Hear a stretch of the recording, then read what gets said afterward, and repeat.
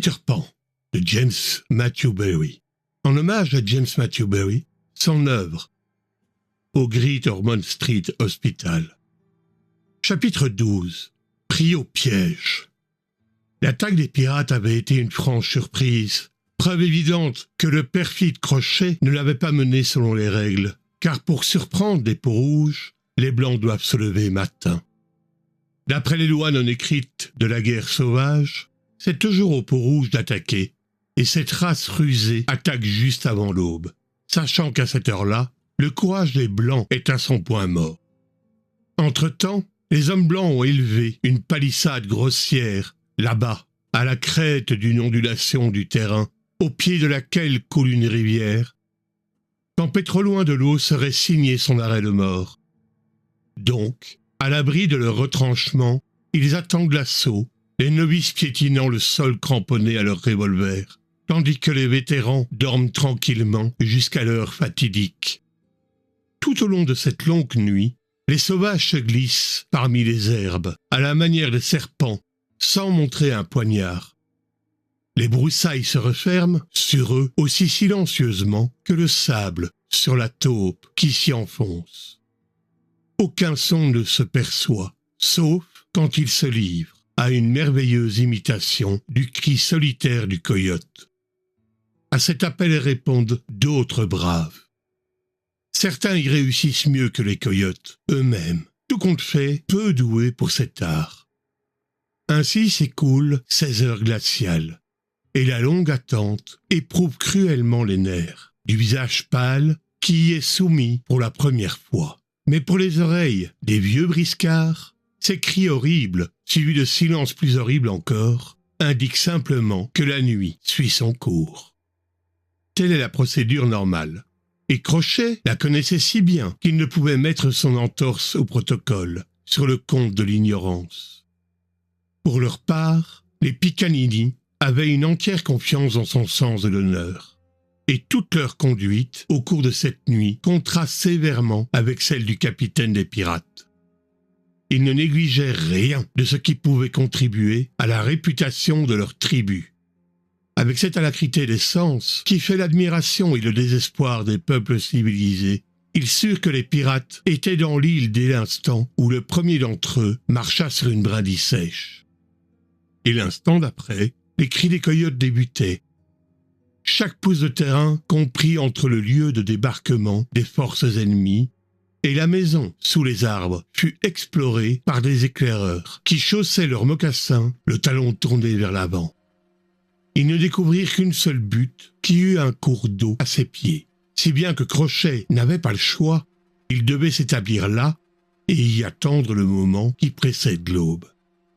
Chaque détail ayant été réglé avec une précision diabolique, le gros des troupes, peaux-rouges, s'enveloppèrent dans leur couverture et, de cette manière flegmatique qui représente pour eux le summum de la virilité, ils s'assirent à croupeton au-dessus de la maison des enfants, attendant l'heure terrible où ils sèmeraient la mort blême. Comme il rêvait tout éveillé aux tortures exquises qu'il lui infligerait au lever du jour, ses confiants sauvages furent découverts par leur déloyal adversaire.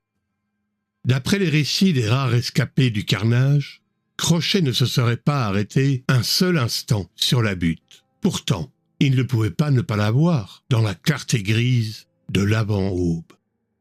Pas un moment l'idée d'attendre qu'on l'attaque ne l'effleura, et il ne patienta même pas jusqu'à la fin de la nuit pour leur tomber dessus.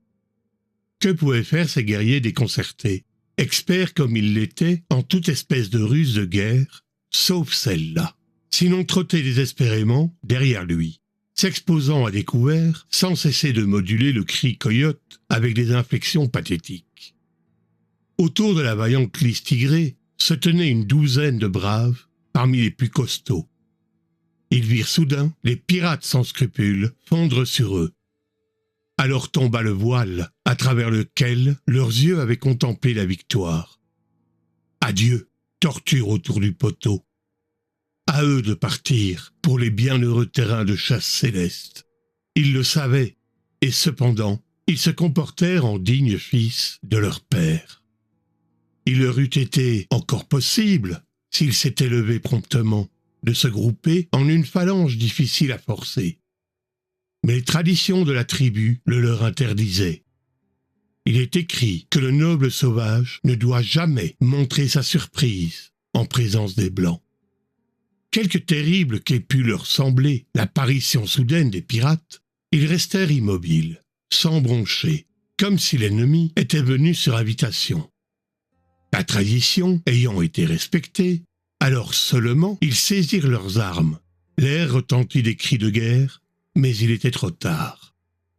Il ne nous appartient pas de décrire ce combat, ou plutôt ce massacre.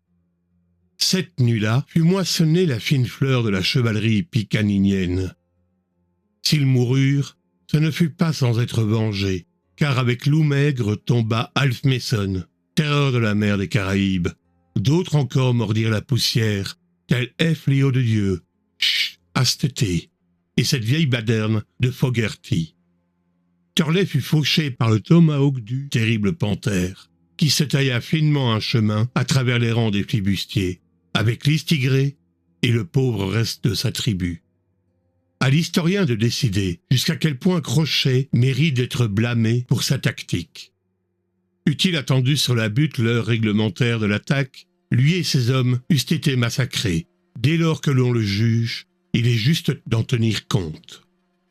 Du moins aurait-il pu informer l'adversaire qu'il se proposait de suivre une nouvelle méthode. D'un autre côté, dès l'instant que l'effet de surprise était détruit, sa stratégie devenait caduque. De quelque point de vue qu'on l'envisage, le problème se hérisse de difficultés.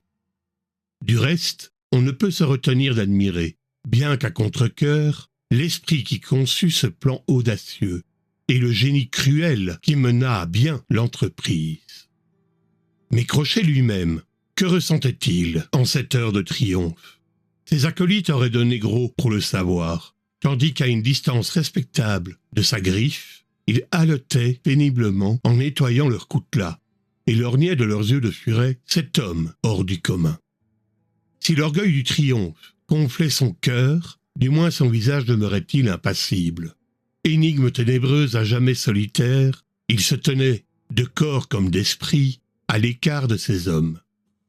Cependant, la besogne n'était pas terminée. Il n'était pas venu pour détruire les peaux rouges. Ceux-ci n'étaient que les abeilles qu'il faut enfumer pour parvenir jusqu'au miel. Ce qu'il voulait, c'était Pan, Wendy et toute la bande, mais surtout Pan. On s'étonnera qu'un petit garçon comme Peter pût inspirer une telle haine à cet homme. Il est vrai qu'il avait jeté le bras de Crochet au crocodile, mais ce même fait et l'insécurité permanente qui en résultait, étant donné l'opiniâtreté du crocodile, justifiait difficilement un désir de vengeance aussi implacable. En vérité, il y avait chez Peter un je ne sais quoi qui exaspérait le pirate jusqu'à la transe. Ce n'était pas son courage, ni même sa tournure avenante. Ce n'était pas non plus... Mais pourquoi tourner autour du pot, puisque nous savons très bien ce que c'était, et que le moment est venu de le dire? C'était le toupet de Peter. Voilà ce qui agaçait Crochet, et sa griffe en tremblait de rage. La nuit, ce toupet l'obsédait tel un insecte fastidieux. Aussi longtemps que Peter vivrait, cet homme ressentirait le supplice d'un lion encagé avec un moineau. La question qui se posait maintenant était de savoir comment faire pour descendre par ces arbres, ou comment faire descendre ces hommes. Il les examina un à un de son regard en vrille, cherchant à distinguer les plus maigres. Eux se trémoussaient mal à l'aise, sachant qu'ils ne feraient aucun scrupule de les y enfoncer jusqu'en bas avec des perches. Et les enfants, pendant ce temps-là, nous les avons laissés transformer, au premier choc des armes, en statues de pierre, bouche bée, tout suppliants, et les bras tendus vers Peter.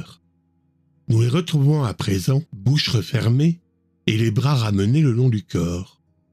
Le tohu-bohu, là-haut, a cessé aussi soudainement qu'il commença, comme passe une bourrasque orageuse. Mais il savait qu'au passage, elle avait décidé de leur sort. Quel parti était le vainqueur? Les pirates qui tendaient anxieusement l'oreille à l'orifice de chaque arbre, entendirent cette question posée par les garçons. Hélas, ils entendirent aussi la réponse. « Si les Peaux-Rouges ont gagné, Disait Peter. ils vont battre le tam-tam en signe de victoire. » Smee avait trouvé le tam-tam et, en ce moment, était assis dessus. « Jamais plus vous n'entendrez le tam-tam. » Marmonna-t-il, de façon inaudible, bien sûr, car Crochet leur avait enjoint de se taire. À sa grande surprise, le capitaine lui fit signe de taper sur le tam-tam. Lentement, le sens de ce diabolique stratagème se fraya un chemin sous le crâne épais de Smee. Jamais sans doute, cette âme naïve n'avait autant admiré son chef. Par 2 fois, Smee battit du tambour, puis écouta joyeusement. « Le tam-tam, S'écriait Peter.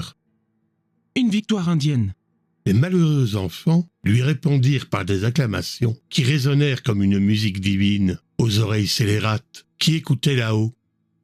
Presque aussitôt, ils renouvelèrent leurs adieux à Peter, ce qui surprit les pirates, mais leur étonnement fit place à un sentiment mesquin de soulagement.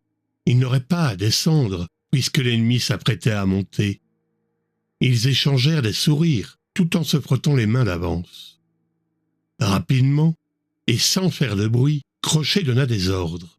Un homme posté à chaque arbre, les autres rangés en file à 2 mètres de distance.